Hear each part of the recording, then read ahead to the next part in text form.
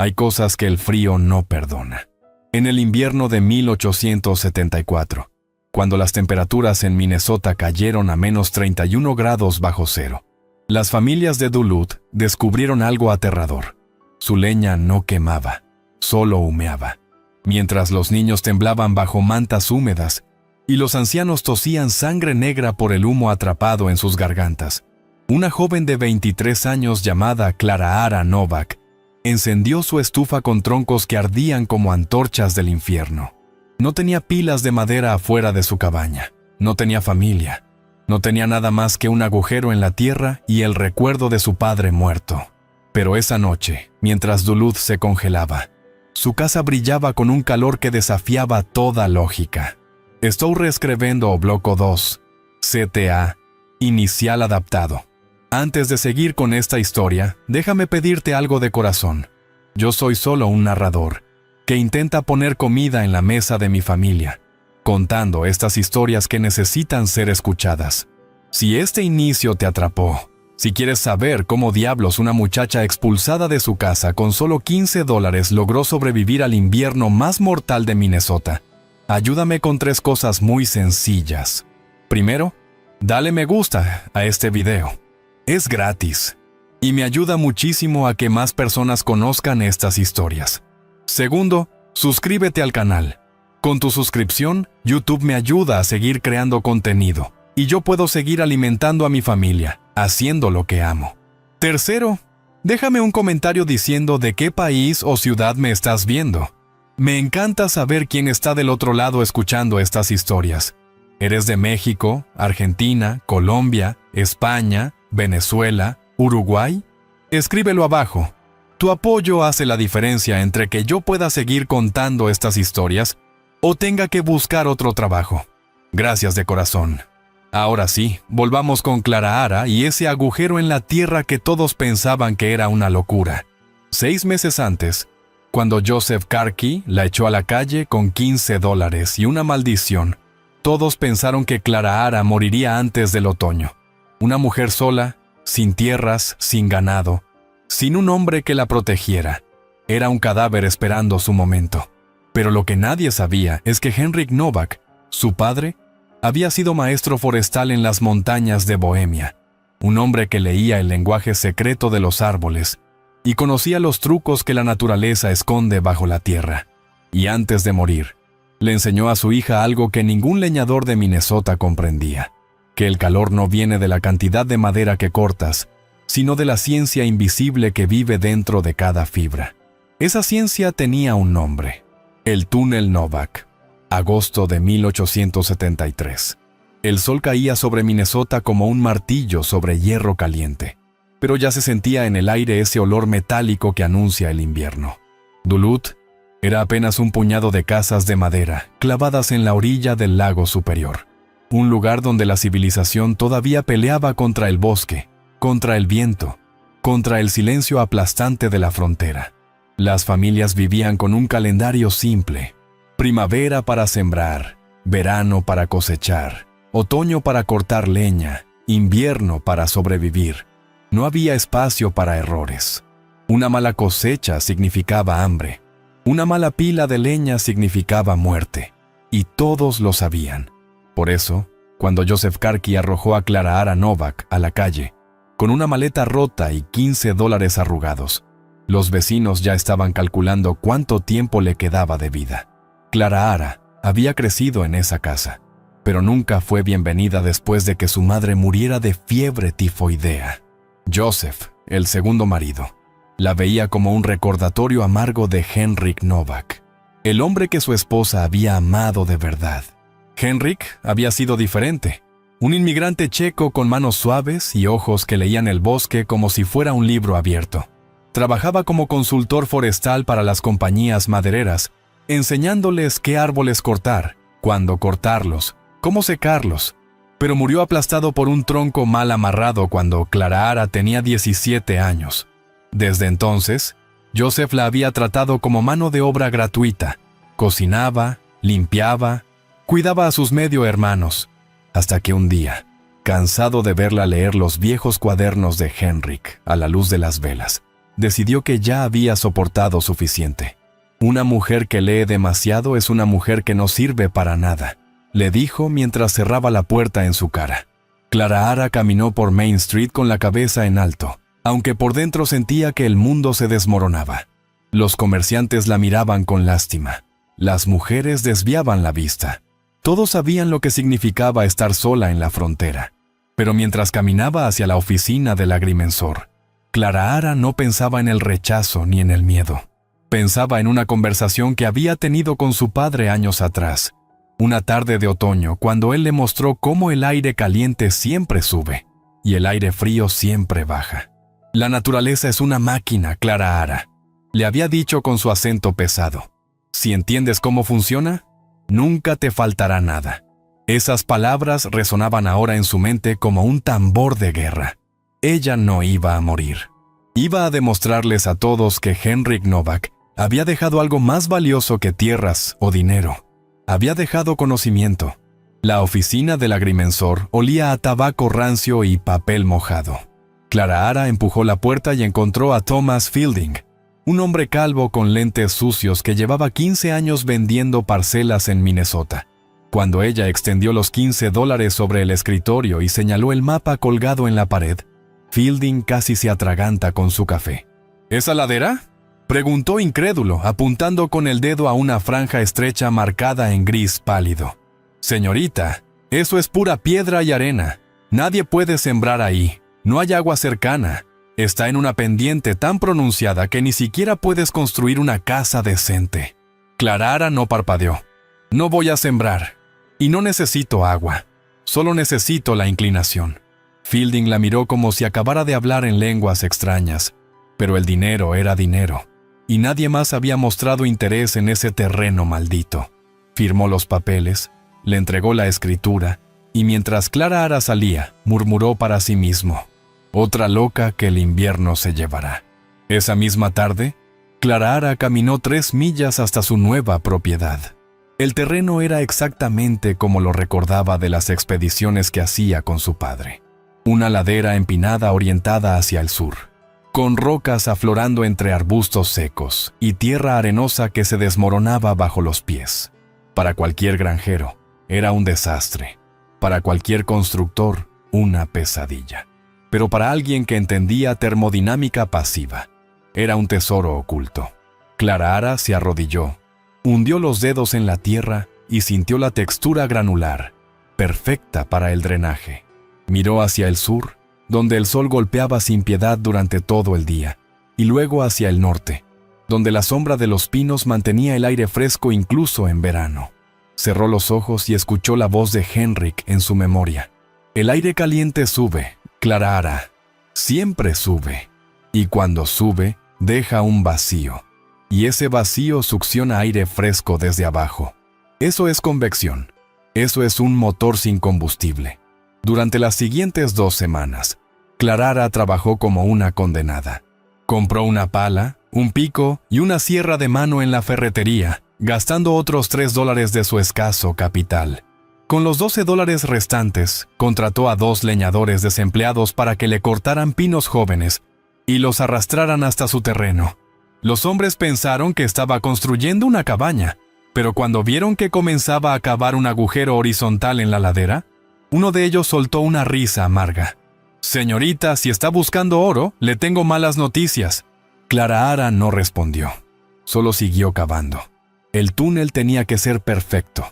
18 pies de largo, 4 pies de ancho, 5 pies de alto. La entrada sur debía estar completamente expuesta al sol. La salida norte debía estar oculta bajo los árboles, donde el aire permanecía eternamente frío. Entre ambas aberturas, construyó estantes de ramas entrelazadas donde apilaría los troncos verdes. No era un sótano, no era una bodega, era una chimenea invertida. Cuando terminó, a finales de septiembre, Clara Ara tenía las manos destrozadas, la espalda rota y apenas $6 en el bolsillo. Pero tenía algo más, un sistema que desafiaba la lógica de Duluth. Mientras las familias apilaban montañas de leña verde en sus patios, expuestas al sol y la lluvia, esperando que se secaran en 6 meses, Clarahara llenó su túnel con troncos recién cortados. El aire caliente del sur entraba. Se calentaba aún más dentro del túnel, subía, y al salir por el norte, arrastraba consigo toda la humedad de la madera. Era un horno sin fuego, un secador sin electricidad, y funcionaba 24 horas al día, 7 días a la semana, impulsado solo por la diferencia de temperatura entre un lado y el otro. Mientras guardaba el último tronco, Clarahara susurró al vacío: «Gracias, papá». No sabía si Henrik podía escucharla desde donde estuviera, pero sabía que su ciencia, su legado invisible, acababa de convertirse en su única oportunidad de sobrevivir. Octubre llegó con su manto de hojas doradas y un frío que mordía los huesos al amanecer. Clarahara construyó una cabaña pequeña, apenas suficiente para una cama, una estufa de hierro y una mesa donde colocó los cuadernos de Henrik. Cada noche, a la luz de una vela, releía las anotaciones de su padre sobre densidad de madera, contenido de humedad, puntos de ignición. Las fórmulas estaban escritas en checo mezclado con inglés, con dibujos de árboles cortados transversalmente, mostrando cómo el agua viaja por las fibras como sangre por las venas. Henrik había calculado todo. ¿Cuánto tiempo necesitaba un pino para secarse? ¿Cuánto calor producía un roble comparado con un abedul? ¿Cómo la resina influía en la combustión? Pero más importante aún, había diseñado sistemas de secado acelerado que las grandes empresas madereras nunca implementaron porque requerían trabajo inicial, conocimiento técnico y paciencia. Clarahara no tenía más opción que apostar todo a esa ciencia olvidada. Las primeras visitas comenzaron a mediados de octubre. Elsa Brandt, la esposa del dueño del aserradero más grande de Duluth, llegó acompañada de 3 mujeres de la alta sociedad local: Martha Klein, propietaria de la tienda general; Agnes Drummond, maestra de la escuela; y Hilda Foss, partera y curandera. Venían con canastas de pan y conservas, pero sus ojos recorrían el terreno con una mezcla de curiosidad y desdén. «Querida», dijo Elsa con una sonrisa que no llegaba a sus ojos, «venimos a ver cómo estás instalándote. El invierno se acerca y...» «Bueno, no vemos tu leña». Clarahara señaló hacia la ladera. «Está guardada». Las mujeres intercambiaron miradas. «¿Guardada? ¿Dónde? ¿En ese agujero?» Marta soltó una risa nerviosa. «Hija, la leña necesita aire y sol. Si la entierras, se pudre, se llena de hongos. No va a servir para nada». Clarahara sintió la sangre hervirle en las venas, pero mantuvo la calma. «Mi padre era maestro forestal. Sé lo que hago». Agnes intercambió una mirada significativa con Hilda. «Claro, querida. Claro que sabes». Esa noche, mientras las mujeres cenaban en casa de los Brandt, el tema de conversación fue uno solo: la loca de Novak. «Va a morir congelada», sentenció Elsa mientras servía el té. «Y cuando vengan a buscar su cuerpo en primavera, encontrarán una pila de madera podrida y una estufa apagada». Heinrich Brandt, su esposo, un hombre corpulento con barba espesa y manos del tamaño de palas, negó con la cabeza. «Déjenla. Si quiere matarse por orgullo, es su problema». Pero había algo en su voz, un rastro de inquietud. Henrik Novak había sido respetado en su tiempo. Heinrich mismo había consultado con él años atrás sobre qué árboles talar en las tierras del norte. El viejo checo tenía una manera extraña de ver el bosque, como si pudiera leer secretos que otros no veían. «¿Crees que la chica sabe algo que nosotros no?», preguntó Elsa con tono burlón. Heinrich no respondió. Solo miró por la ventana hacia la oscuridad, donde las primeras nevadas del año comenzaban a caer como polvo blanco sobre Duluth. Noviembre trajo el verdadero frío. Las temperaturas cayeron a menos 10 grados Celsius durante las noches, y las familias comenzaron a quemar su leña almacenada. Pero algo extraño estaba sucediendo. Los troncos no ardían bien, producían humo espeso, crepitaban violentamente lanzando chispas, y el calor que generaban era débil, insuficiente. Los niños tosían en las madrugadas. Las ventanas se cubrían de escarcha por dentro. Los hombres maldecían mientras alimentaban las estufas con más y más madera, sin entender por qué el fuego parecía morir cada vez más rápido. La razón era simple, aunque nadie lo sabía. La madera verde, recién cortada en septiembre, todavía contenía entre 50 y 100% de humedad. Cuando la arrojaban al fuego, la energía se gastaba primero en evaporar el agua atrapada en las fibras, y solo después, si quedaba algo de calor, comenzaba la combustión real. Era como intentar quemar esponjas mojadas. Ineficiente, desesperante, mortal. Mientras tanto, en su pequeña cabaña, Clara encendía su estufa con troncos extraídos del túnel Novak. La diferencia era abismal. La madera prendía al instante, sin humo negro, sin chispas salvajes. Las llamas eran altas, constantes, azules en la base, indicando una combustión completa. El calor llenaba la habitación en minutos y permanecía durante horas. Clara había verificado la humedad con un método simple que Henrik le enseñó. Golpeaba 2 troncos entre sí. Si sonaban huecos, secos, como tambores, estaban listos. Si sonaban apagados, pesados, todavía tenían agua. Sus troncos sonaban como campanas. 6 semanas en el túnel habían hecho lo que normalmente requería 6 meses al aire libre. La convección forzada, el flujo constante de aire caliente del sur y frío del norte, había expulsado la humedad de manera acelerada y uniforme. Era física pura, termodinámica aplicada, ciencia invisible salvando una vida. Pero nadie en Duluth lo sabía.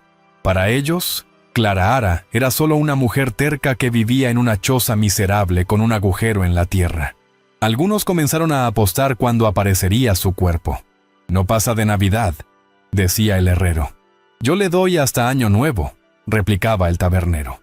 Las mujeres dejaron de visitarla. Los hombres dejaron de saludarla cuando la veían en el pueblo comprando harina y sal. Se había convertido en un fantasma social, una advertencia viviente de lo que les pasa a las mujeres que desafían el orden natural. Pero Clara no necesitaba su aprobación.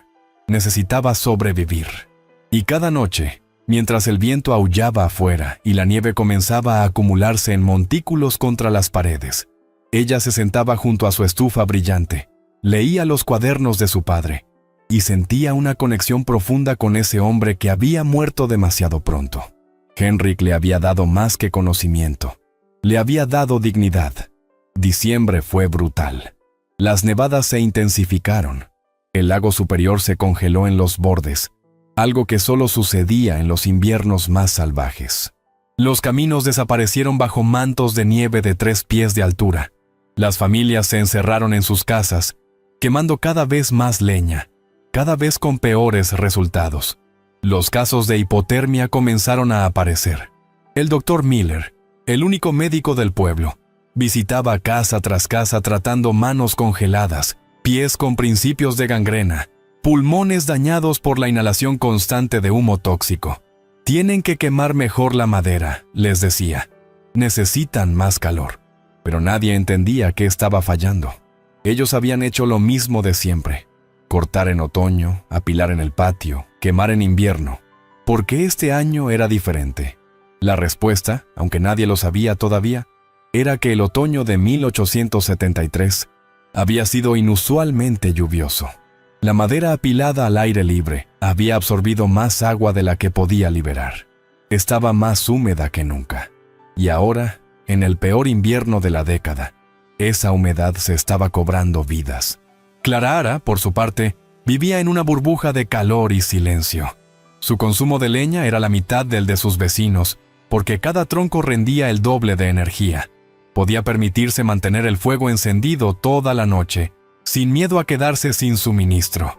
Cocinaba sopas espesas, horneaba pan en una pequeña lata sobre la estufa. Incluso se daba el lujo de calentar agua para bañarse una vez por semana. Era una vida modesta, casi monástica, pero era una vida. Y en las noches más frías, cuando el termómetro marcaba menos 20 grados afuera, Clara se paraba en la puerta de su cabaña y miraba hacia el pueblo. Veía las ventanas oscuras, las chimeneas arrojando columnas de humo gris y sucio que se disolvían en la oscuridad, y sabía, con una certeza fría y terrible, que su túnel no era solo una ventaja técnica, era la diferencia entre la vida y la muerte. El 28 de diciembre, 3 días antes del Año Nuevo, Agnes Drummond tocó a su puerta. La maestra venía sola, envuelta en mantas, con los labios azulados y las manos temblando. «Clarara», susurró con voz quebrada, «mi estufa no calienta.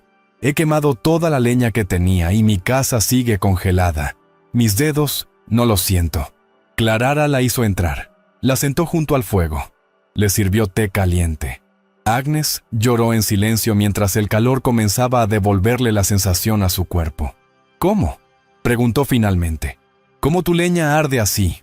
Clarara no respondió de inmediato. Solo caminó hasta la mesa, tomó uno de los cuadernos de Henrik y se lo entregó. Porque mi padre entendía algo que nadie más entendía. La madera no es solo madera, es agua atrapada en fibras. Y si no sacas el agua primero, no hay fuego que valga. Agnes miró el cuaderno, lleno de diagramas y ecuaciones, y supo que estaba viendo algo más grande que una simple supervivencia. Estaba viendo el futuro. Agnes regresó a Duluth esa noche con 2 troncos que Clarahara le regaló, y con algo más valioso, una historia que contar. Pero no fue a las matriarcas. Fue directamente a Hinrich Brandt. Lo encontró en su depósito de madera, un edificio enorme lleno de pilas que llegaban hasta el techo, todas cortadas en septiembre, todas todavía verdes por dentro. «Señor Brandt», dijo Agnes con voz firme, «necesita ver esto». Le mostró los troncos. Hinrich los golpeó entre sí y el sonido resonó seco, hueco, perfecto. Luego golpeó uno de sus propios troncos. El sonido fue apagado, pesado, como golpear carne. La diferencia era innegable. «¿De dónde sacó esto?», preguntó Hinrich con los ojos entrecerrados. «De Clarara Novak, de ese agujero que todos creíamos una locura». Hinrich guardó silencio durante un largo minuto. Luego caminó hasta su oficina, abrió un cajón cerrado con llave y sacó un documento amarillento que no había mirado en años. Era un informe técnico escrito por Henrik Novak en 1869, titulado «Sistemas de secado acelerado para madera de construcción mediante convección natural». Hinrich nunca lo había leído completo. Le había parecido demasiado complicado, demasiado teórico. Ahora, bajo la luz tenue de una lámpara de aceite, comenzó a leer. Y con cada línea sintió como la realidad que conocía se desmoronaba. El informe de Henrik era una obra maestra de ingeniería práctica disfrazada de tratado científico. Explicaba, con diagramas detallados, cómo construir túneles de secado en laderas inclinadas, aprovechando la diferencia de temperatura entre la exposición sur y la sombra norte. Calculaba la velocidad del flujo de aire, la tasa de pérdida de humedad, el tiempo necesario para alcanzar el punto óptimo de combustión. Incluía tablas comparativas, madera verde versus madera seca, rendimiento térmico medido en BTU por libra, eficiencia de combustión, emisión de humo. Todo estaba ahí. Todo. Henrik había entregado este informe a la Asociación de Madereros de Minnesota, esperando que alguien lo implementara. Pero nadie lo hizo. Era demasiado extraño. Requería cavar en la tierra, entender termodinámica, confiar en un proceso invisible. Los madereros preferían lo simple: cortar, apilar, esperar. Hinrich había archivado el documento con una nota que ahora le quemaba los ojos. Interesante, pero impráctico para producción masiva. Esa palabra, impráctico, acababa de condenar a medio pueblo a un invierno infernal. Hinrich cerró el informe y miró por la ventana hacia la noche helada. Las casas de Duluth apenas brillaban, las chimeneas vomitaban humo sucio, y sabía que en cada una de esas casas había familias luchando contra el frío con madera que no servía. Y lo peor de todo, él era responsable. Él había vendido esa madera. Él había prometido que era suficiente para el invierno. Él había ignorado la ciencia de Henrik Novak porque le parecía innecesaria. Y ahora, una joven de 23 años, expulsada de su casa, sin recursos, sin apoyo, había hecho lo que él, con todo su dinero y su poder, no había podido hacer: aplicar el conocimiento. Hinrich sintió algo que no había sentido en años: vergüenza. Pero también sintió otra cosa: una oportunidad.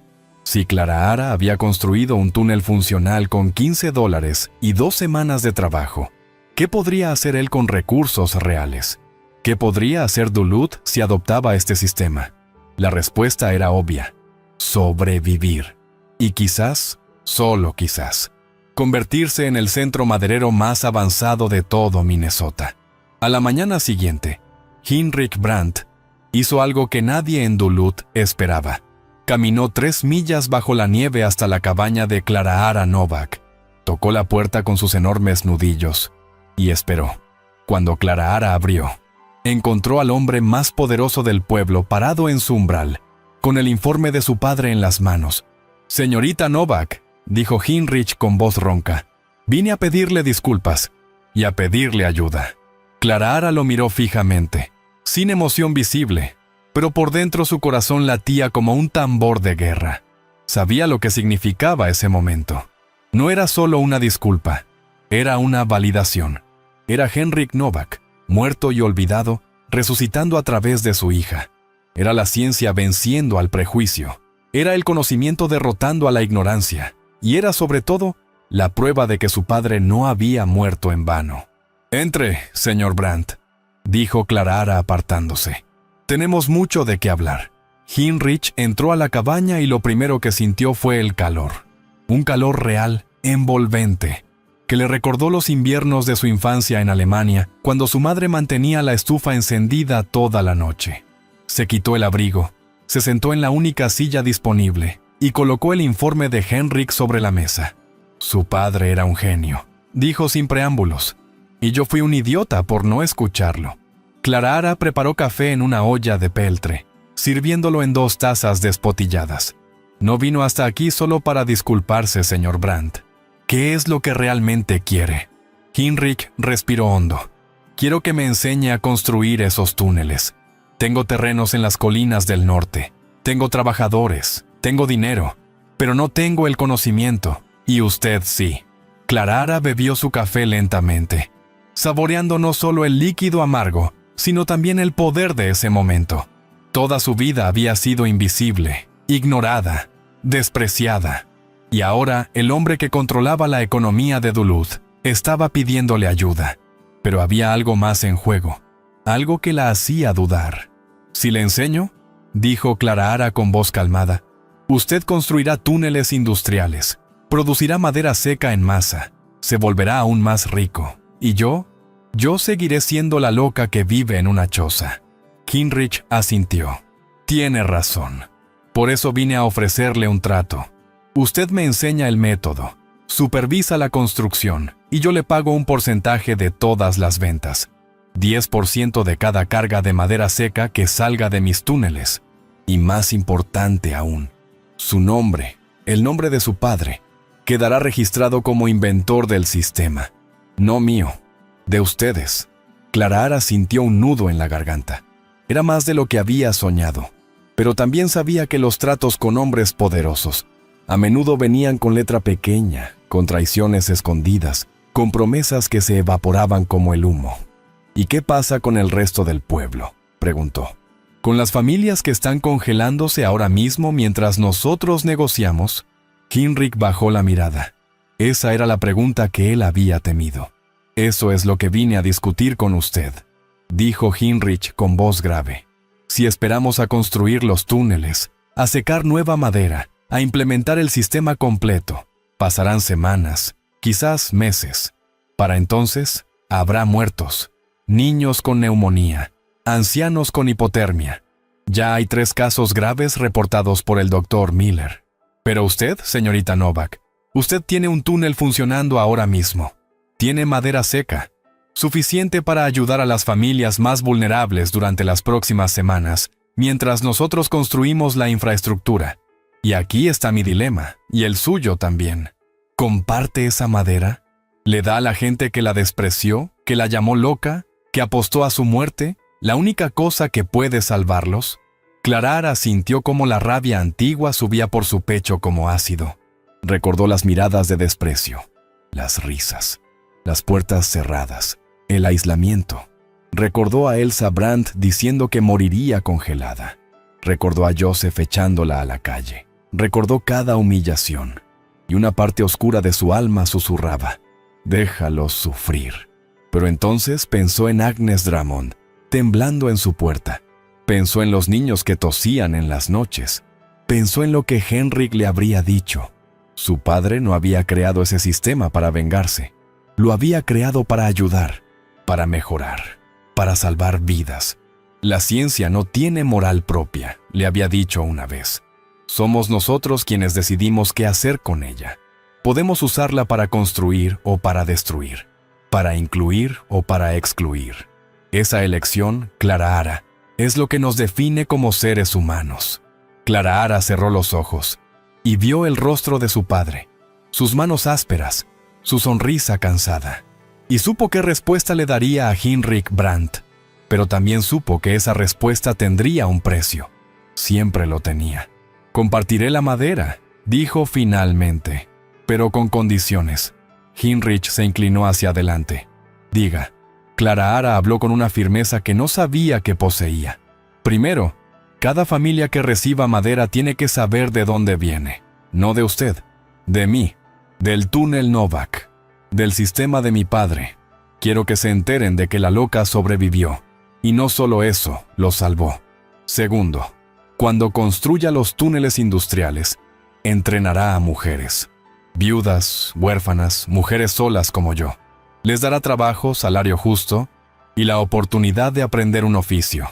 Tercero, el porcentaje no es 10%, es 20%. Y quiero un contrato firmado ante notario antes de entregar un solo tronco». Heinrich la miró con una mezcla de sorpresa y respeto. Esta no era una muchacha desesperada suplicando por aceptación. Era una negociadora fría calculando su valor. 15%, contraofertó, y acepto el resto. Clara Ara extendió la mano. 17,5. Y tiene un trato. Heinrich estrechó su mano.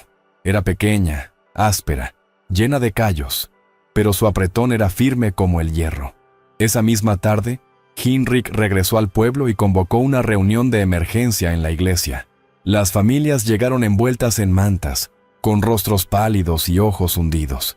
El reverendo Morrison abrió las puertas y todos se apiñaron en los bancos de madera, buscando el poco calor que ofrecían los cuerpos cercanos. Heinrich subió al púlpito, carraspeó y habló con una voz que resonó en las paredes de piedra.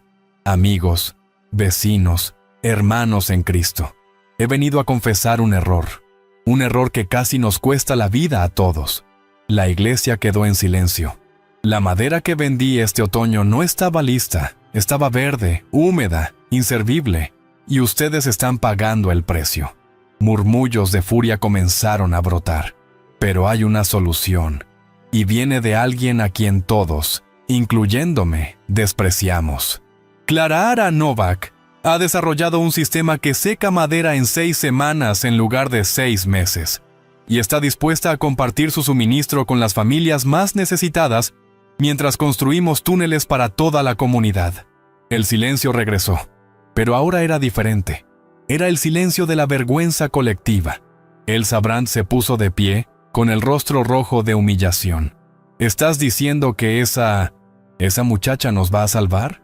Después de todo lo que dijimos, Heinrich la miró directamente. Sí, Elsa, eso es exactamente lo que estoy diciendo. Y más te vale agradecerle cuando llegue tu turno de recibir leña. Porque sin ella, algunos de nosotros no veríamos la primavera. La iglesia estalló en conversaciones agitadas. Algunos estaban agradecidos, otros resentidos. Pero todos, absolutamente todos, entendieron en ese momento que habían juzgado mal. Que la locura de Clara Ara Novak no era locura en absoluto. Era sabiduría disfrazada, era ciencia aplicada. Era el legado de un hombre brillante viviendo a través de su hija. Y esa noche, mientras la nieve seguía cayendo sobre Duluth, el nombre de Henrik Novak fue pronunciado con respeto por primera vez en años. Y el nombre de Clara Ara Novak dejó de ser una broma. Se convirtió en una leyenda. El 2 de enero de 1874, el cielo sobre Minnesota se volvió del color del plomo fundido.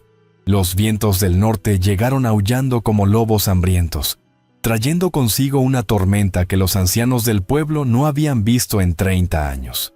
En 24 horas, la temperatura cayó de -10 a -25 grados Fahrenheit, 31 grados bajo cero Celsius. La nieve no caía. Se lanzaba horizontalmente, cegando todo a más de 3 pies de distancia. Los caminos desaparecieron. Las casas quedaron enterradas hasta las ventanas. Y lo más aterrador de todo, la tormenta no mostraba señales de detenerse. El doctor Miller, atrapado en su consultorio, contaba ya 7 casos de congelamiento severo y 2 muertes. Un anciano de 70 años cuya estufa se apagó durante la noche, y un niño de 4 años que había salido a buscar leña y no logró regresar a tiempo. Duluth estaba en guerra contra el invierno y estaba perdiendo. Clarahara despertó el tercer día de la tormenta con el sonido de algo golpeando su puerta. No era un toque normal. Era desesperado, irregular, débil. Abrió y encontró a Hilda Foss, la partera, derrumbada en el umbral con los labios azules y las manos congeladas aferradas a un bulto envuelto en mantas.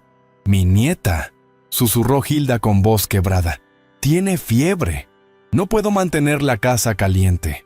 La leña no sirve, por favor». Clarahara no hizo preguntas. Tomó a la mujer y a la niña, las metió adentro, las colocó junto a la estufa.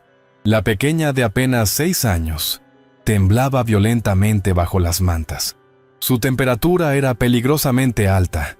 El cuerpo estaba luchando contra una infección, mientras simultáneamente intentaba no congelarse. Clarahara preparó té caliente con miel, envolvió a la niña en todas las mantas que tenía y alimentó la estufa con troncos del túnel. El calor llenó la cabaña como una bendición. Hilda lloró en silencio, abrazando a su nieta, susurrando oraciones en noruego. «Gracias», dijo finalmente. «Gracias, Clarahara. Perdóname por todo lo que dije de ti». Pero Hilda no fue la única. A lo largo de ese día infernal, 6 familias más llegaron a la cabaña de Clarahara buscando refugio. La pequeña casa se llenó de cuerpos apiñados, de niños llorando, de madres rezando. Clarahara les dio té, les dio calor, les dio esperanza, pero sabía que no podía mantenerlos a todos ahí indefinidamente. Su propio suministro de leña, aunque superior, no era infinito. Necesitaba un plan, necesitaba ayuda, y necesitaba que la tormenta se detuviera. Pero el cielo seguía escupiendo nieve como si quisiera enterrar el mundo entero. En el pueblo, la situación era catastrófica. Hinrich Brandt había intentado distribuir la leña de Clarahara antes de la tormenta, pero solo había alcanzado para 10 familias. Las otras 40 seguían luchando con madera verde, con estufas que humeaban, con frío que atravesaba las paredes como cuchillos. Los gritos de auxilio se perdían en el viento. Las puertas quedaban bloqueadas por la nieve. Duluth se estaba convirtiendo en una tumba blanca. El cuarto día, Hinrich Brandt tomó una decisión que muchos consideraron una locura. Reunió a todos los hombres capaces de caminar y anunció que irían hasta la cabaña de Clarahara para coordinar un plan de emergencia. «Ella tiene el conocimiento», gritó sobre el viento. «Ella sabe cómo sobrevivir a esto. Si no la escuchamos ahora, moriremos todos». 10 hombres lo siguieron, abriéndose paso por la nieve con palas y cuerdas atadas entre ellos para no perderse. El viaje de 3 millas tomó 4 horas. 2 hombres tuvieron que regresar por congelamiento en los dedos, pero los otros 8 llegaron. Cuando Clarahara abrió la puerta y vio a esos hombres, cubiertos de hielo, con los ojos hundidos por el agotamiento, supo que había llegado el momento de la verdad. No era solo su supervivencia lo que estaba en juego, era la supervivencia de todos. Y ella tenía que tomar el liderazgo. «Escúchenme bien», dijo Clarahara con voz firme mientras los hombres se agolpaban en su cabaña. «La tormenta va a durar al menos 3 días más. Puedo sentirlo en el aire, en la presión, en la forma en que el viento sopla. Tenemos que consolidar recursos. No podemos calentar 50 casas, pero podemos calentar 5. Vamos a evacuar a todas las familias a las casas más grandes y mejor construidas del pueblo, y vamos a quemar solo mi leña. Es la única que va a mantenernos vivos». Hinrich asintió. «¿Cuánta leña te queda?» Clarahara hizo el cálculo mentalmente. «Si racionamos, si mantenemos el fuego bajo durante el día y alto solo en las noches, tengo suficiente para 100 personas durante 6 días. Pero tiene que ser disciplinado. Nada de desperdicios. Nada de pánico. Los hombres intercambiaron miradas. Estaban poniendo sus vidas en manos de una muchacha de 23 años que 6 meses atrás había sido expulsada como basura. Pero no tenían otra opción. La evacuación comenzó esa misma tarde. Familia por familia, casa por casa, los hombres de Duluth sacaron a mujeres, niños y ancianos de sus hogares congelados y los llevaron a 5 edificios centrales: la iglesia, la escuela, el almacén de Heinrich, la tienda general y la casa de los Brandt. Clara Ara coordinaba todo desde la iglesia, que se convirtió en el centro de operaciones. Había transformado el púlpito en una estación de triaje médico, separando a los que tenían hipotermia severa de los que solo necesitaban calor.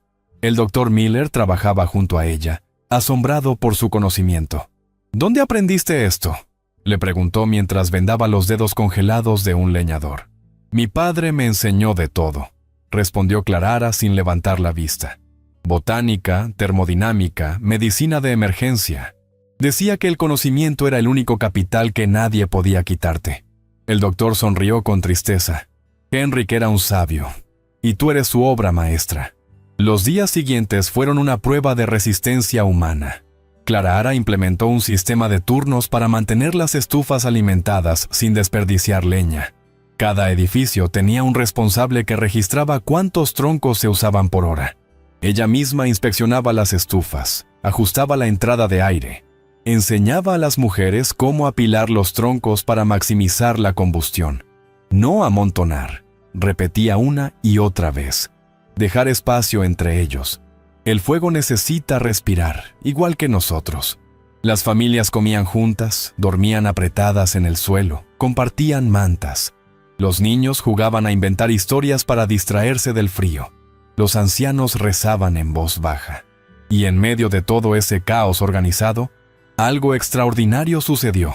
La comunidad que había despreciado a Clara Ara ahora la seguía como si fuera una general en batalla, porque eso era exactamente lo que era. Una general luchando contra el enemigo más antiguo de la humanidad, el invierno. El 7º día, cuando la tormenta finalmente comenzó a amainar, Clara Ara hizo un inventario final. Habían consumido el 80% de su leña. Quedaba suficiente para 2 días más, quizás 3, si racionaban severamente. Pero lo más importante, no había habido más muertes. Los 7 casos de hipotermia severa se habían estabilizado. Los niños con fiebre habían mejorado. Las familias estaban exhaustas, hambrientas, asustadas, pero vivas, todas vivas. Clara Ara salió de la iglesia por primera vez en días y miró el cielo. Las nubes se estaban abriendo. Un rayo de sol atravesó la grieta y cayó sobre la nieve como un faro dorado. El aire todavía era brutalmente frío, pero el viento había muerto. La tormenta había pasado. Duluth había sobrevivido. Y Clara Ara Novak, la loca del agujero en la tierra, la expulsada, la despreciada, había sido quien lo hizo posible. Esa noche, cuando las familias regresaban lentamente a sus casas para evaluar los daños, Heinrich Brandt reunió a todo el pueblo en la iglesia por última vez. Clara Ara estaba sentada en un banco trasero, agotada, con las manos vendadas por quemaduras leves de tanto manipular leña y hierro caliente. Heinrich subió al púlpito y habló con una voz que temblaba de emoción. Amigos, esta semana aprendimos algo que nunca debimos olvidar. La ciencia no es lujo, es supervivencia. Y el conocimiento no es pretensión, es poder. Clara Ara Novak nos salvó porque supo algo que nosotros ignoramos. Porque su padre, Heinrich Novak, le enseñó a ver el mundo no como es, sino como funciona. Y gracias a eso, estamos vivos. Hizo una pausa. A partir de mañana comenzaremos la construcción de 10 túneles de secado en las colinas del norte. Clara Ara supervisará el proyecto, y cada familia de Duluth contribuirá con trabajo o recursos. Porque nunca más, vamos a pasar un invierno así. El pueblo estalló en aplausos. No fue un aplauso cortés, fue un aplauso atronador, desesperado, lleno de alivio y gratitud. Las mujeres que la habían despreciado ahora lloraban con los ojos fijos en ella. Los hombres que habían apostado a su muerte ahora se quitaban los sombreros en señal de respeto. Y Clara, sentada en ese banco trasero, sintió algo que no había sentido desde la muerte de su padre: pertenencia. No porque la aceptaran por lástima o por conveniencia, sino porque había demostrado conciencia pura y determinación inquebrantable, que merecía estar ahí, que su conocimiento tenía valor, que su vida importaba.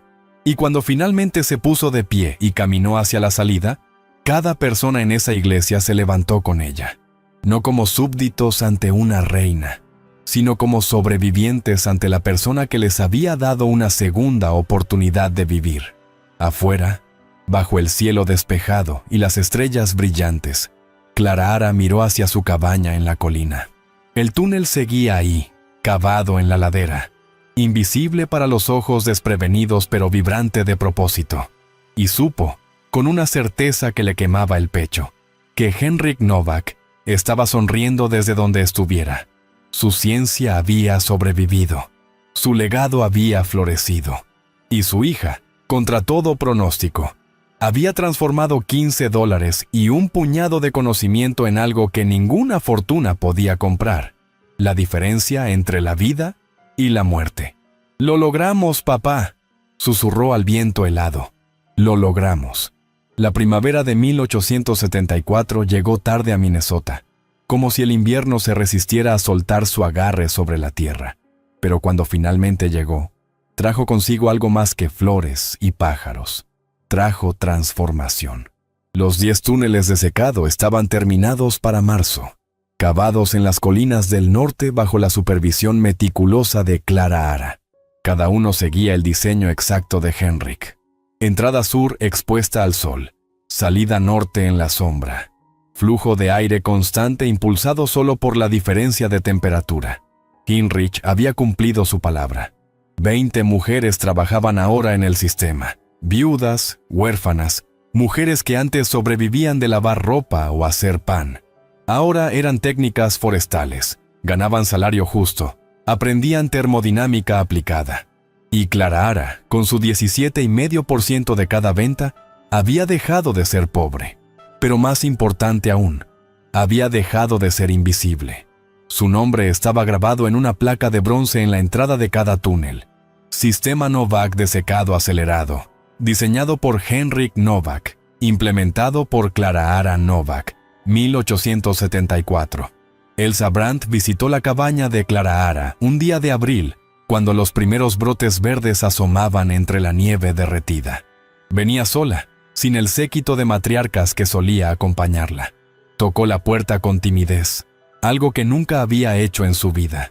Clara la recibió con té y silencio.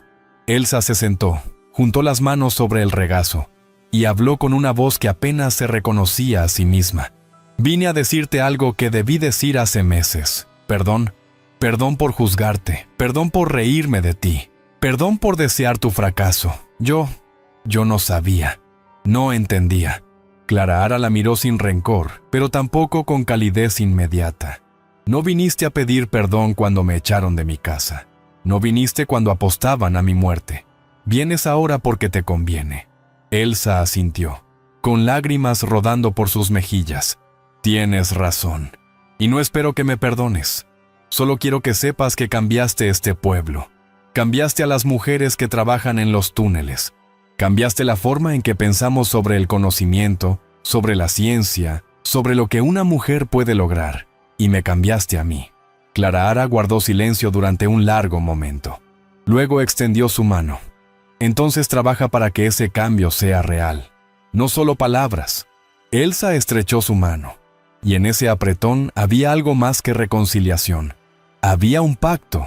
En mayo, cuando el lago superior se liberó de su costra de hielo y los barcos volvieron a navegar, llegó una carta desde Minneapolis. Era del Departamento de Ingeniería de la Universidad de Minnesota. Habían oído hablar del sistema Novak. Querían estudiar los túneles. Querían contratar a Clara como consultora. Querían publicar un artículo técnico con su nombre y el de su padre. Clara leyó la carta 3 veces, con las manos temblando. Luego caminó hasta el pequeño cementerio en las afueras de Duluth. donde Henrik estaba enterrado bajo una cruz simple de madera. Se arrodilló sobre la tierra húmeda y colocó la carta sobre la tumba. «Lo hicimos, papá», dijo con voz quebrada. «Tu ciencia no murió contigo. Vive, crece, y va a cambiar vidas durante generaciones». El viento sopló suave entre los árboles, llevándose sus palabras hacia el cielo. Y Clara supo, con una certeza que atravesaba el tiempo y el espacio, que Henrik Novak podía descansar en paz. Su hija no solo había sobrevivido, había triunfado, había transformado el rechazo en redención, la desesperación en dignidad, y $15 en un legado eterno. Hay historias que se cuentan alrededor del fuego, y hay historias que se escriben con fuego. La de Clara Novak es de las segundas, porque al final, lo que la salvó no fue la suerte ni la misericordia ajena. Fue el conocimiento que su padre plantó en ella como una semilla invisible, esperando el invierno más cruel para florecer. Fue la ciencia pura enfrentándose al prejuicio, a la ignorancia, a la arrogancia de quienes creen que las cosas deben hacerse siempre como se hicieron antes. Y en esa batalla silenciosa entre la tradición y la razón, entre el desprecio y la dignidad, Clara demostró algo que Duluth nunca olvidaría, que un agujero en la tierra puede ser más valioso que una mansión, que una mujer sola puede ser más fuerte que todo un pueblo, y que el calor verdadero no viene de la madera que quemas, sino del conocimiento que llevas dentro. Porque al final, amigo, amiga, lo que nos salva no son las cosas que tenemos, sino las cosas que sabemos. Y Clara Novak sabía algo que nadie más sabía, que su padre no le había dejado dinero, pero le había dejado algo mucho más poderoso. Le había dejado la capacidad de ver lo invisible, de entender lo que otros ignoraban, de transformar la física en supervivencia. Y esa herencia, esa ciencia del calor invisible, no solo la mantuvo viva durante el invierno más mortal de Minnesota, la convirtió en leyenda. Una leyenda que todavía se cuenta en las noches frías, cuando el viento aúlla y el fuego crepita, recordándonos que a veces, la diferencia entre la vida y la muerte no se mide en dólares ni en tierras, sino en la sabiduría de saber cómo funciona el mundo. Y en tener el coraje de aplicarla, incluso cuando todos piensan que estás loca.